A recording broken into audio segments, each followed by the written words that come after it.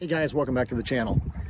Today we're sitting here in mid-June out on Lake Erie. It's the time of year where the walleye have come off their spawning run and start to make their transition back to the lake. And it's got a slight breeze out here today. Water temperature is about 69 degrees.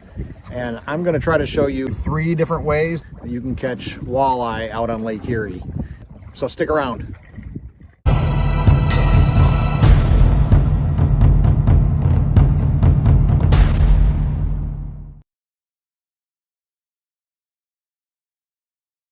The first way we're going to try this is to do a method called bottom bouncing. But when I say bottom bouncing, some guys talk about bottom bouncing when they're really just trolling crawler harnesses off of bottom bouncers. But when you got a little bit of a breeze, I found one of the most relaxing ways to fish for these walleye is to really do bottom bouncing. And I'm going to show you how we do that here in just a minute. All right, guys, so when we talk about bottom bouncing, like I like to do it, the first thing you need is a little bit of a breeze, because if you don't have wind, then this method doesn't really work that well. And you want to have enough wave action if possible, and we're kind of marginal right now. It would be better if it was a little bit breezier, but we're going to give it a try anyway. You want to have enough wave action that your boat is kind of coming up and down a little bit with the waves. This gives the presentation a little bit of a bounce, and it really helps attract the fish. Second thing you're going to need is a rod holder.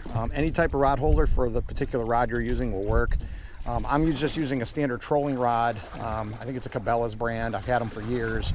And the reason I use these, they're a little bit on the big side, but the action that the tip gives you with this method is just phenomenal. And I'm going to show you why here. Hopefully in a few minutes we can catch some fish. But today I'm just using a standard tube style rod holder, but you could use a number of rod holders, anything that can just kind of sit and hold your rod out. And then the setup is just traditional main line to bottom bouncer, and then tied off the end of the bottom bouncer we just have a standard crawler harness. And I found that brass or copper blades with green beads is a really good presentation for Erie. This is one of the biggest night crawlers I think I've ever seen in my life. Just picked these up at the bait shop before I came out today, but they're huge. Anyway, what you do is we're just going to let this down until it hits bottom.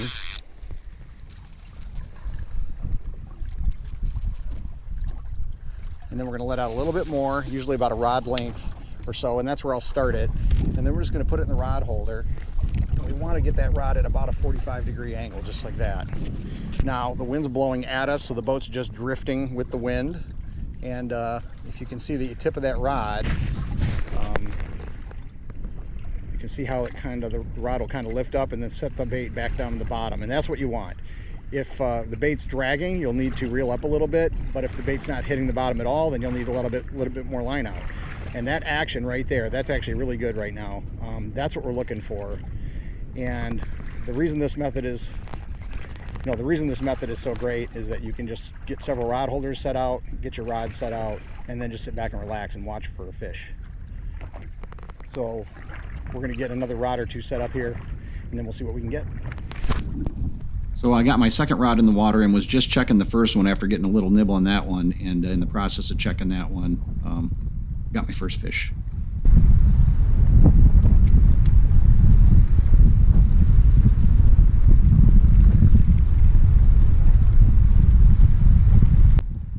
And unfortunately, as you'll see here, I didn't realize it at the time, but my chest cam was off. And I'll realize it here in a second and turn it back on and get you a better view of the landing of this fish. But that happens occasionally. You got a lot of things going on out there in the water, and every once in a while you slip up, and I certainly did here.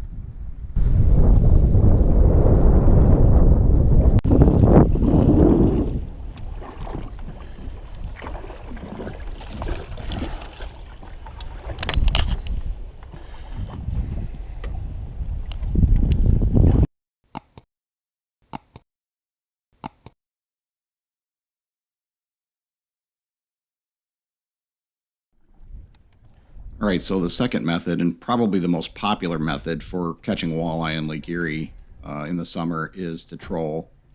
And a couple reasons for that. Trolling obviously allows you to cover a lot of water quickly. So especially when you're searching for fish. You know, you can cover a lot of ground and increase the odds that you're going to run into some fish.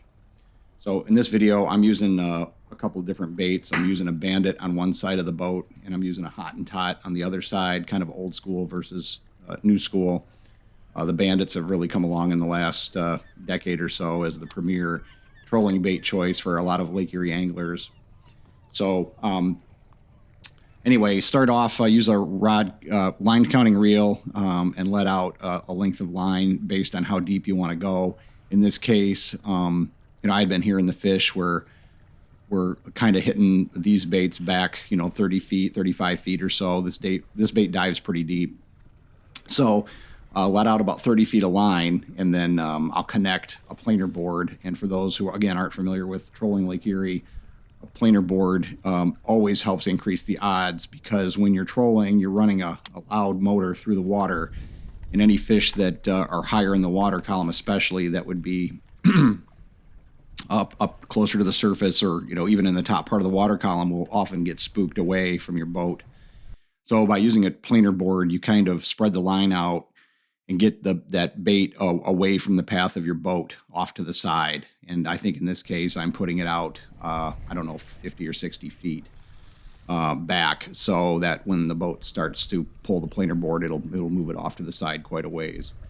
And the other advantage to the planer board is that it keeps all the lines away from the boat. So when you do hook a fish and you start to fight it, you're not messing with any lines in the back that you're interfering with. You know, everything's free and clear and allows you the room and space you need to land the fish.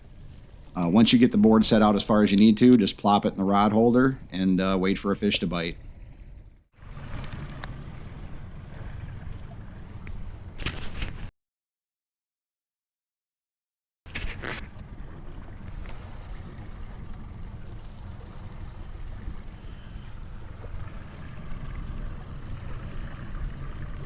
Got a first fish. And that took no time at all.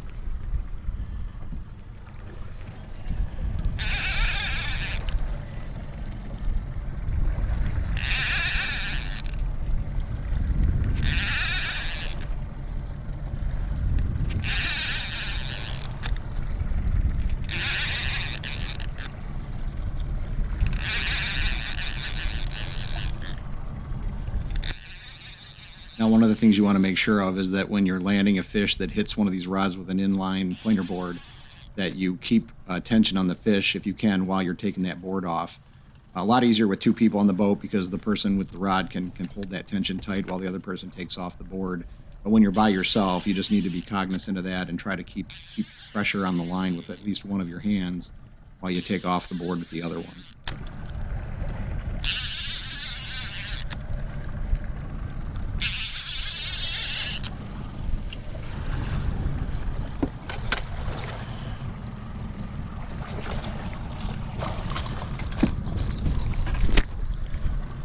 So as I mentioned, trolling is the more popular, probably the most popular method for catching walleye on Lake Erie. But one technique that I like to use sometimes is to start off trolling a couple of rods just to find a pod of fish. And then once you've kind of narrowed down on the pod of fish, you know, then try some drift fishing through that school and use more of a single rod method. All right, guys, the third method that's commonly used to catch walleye on Lake Erie, although probably not as common as it used to be, is to just jig, just like you would in the river in the springtime during the spawn. And I'm just using a Wyandotte worm here, tipped with a night crawler to give it a little scent. And I'm going to start off with a gold and purple jig head, just drifting again through the water, not running under power. It's not as tricky as the springtime, because you're not dealing with current like you are in the river. So you're just drifting and making sure you get a weight that'll get you down to the bottom until you can feel it, and just keep it down the bottom, and don't go too aggressive with the jig stroke. Let's see what happens.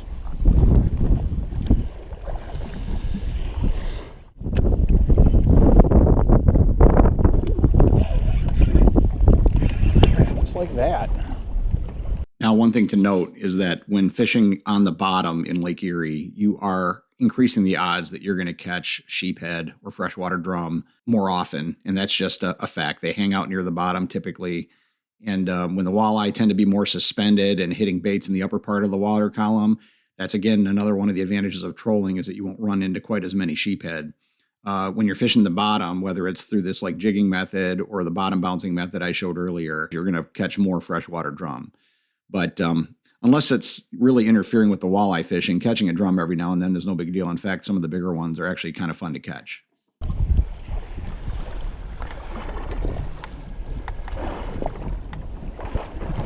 There's a fish.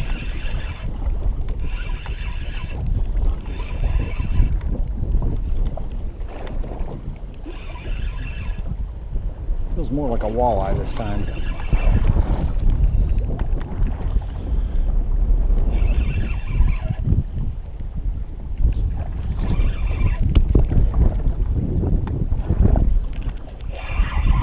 Yep, and we got our walleye.